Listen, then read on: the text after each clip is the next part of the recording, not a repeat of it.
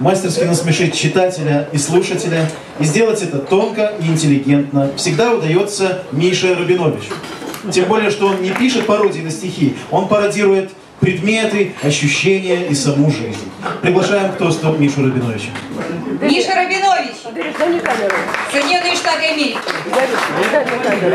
Но мои ощущения от Леши сразу стали очень такими выпуклыми, теплыми. И сколько лет я его знаю, он продолжает расти. Мне кажется, это очень важно. И не про него ли этот классик сказал? Пародия и Березин, близнецы братья, кто из них более истории ценен. Мы говорим пародия, подразумеваем Березин. Мы говорим Березин, подразумеваем пародия. Но его способности не ограничиваются этим. Вот помню, недавно мы с Лешей играли в одном спектакле «Офф» Бродвей.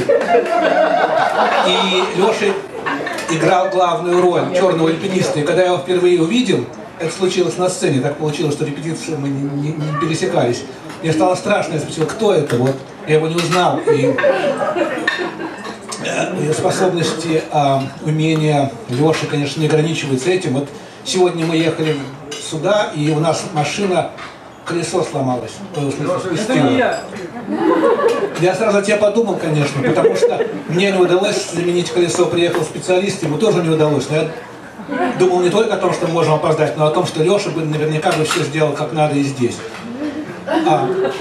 В общем, я хочу пожелать самого доброго и в последующие десятилетия и Леше, и Вике, и к новым успехам, товарищи, ура!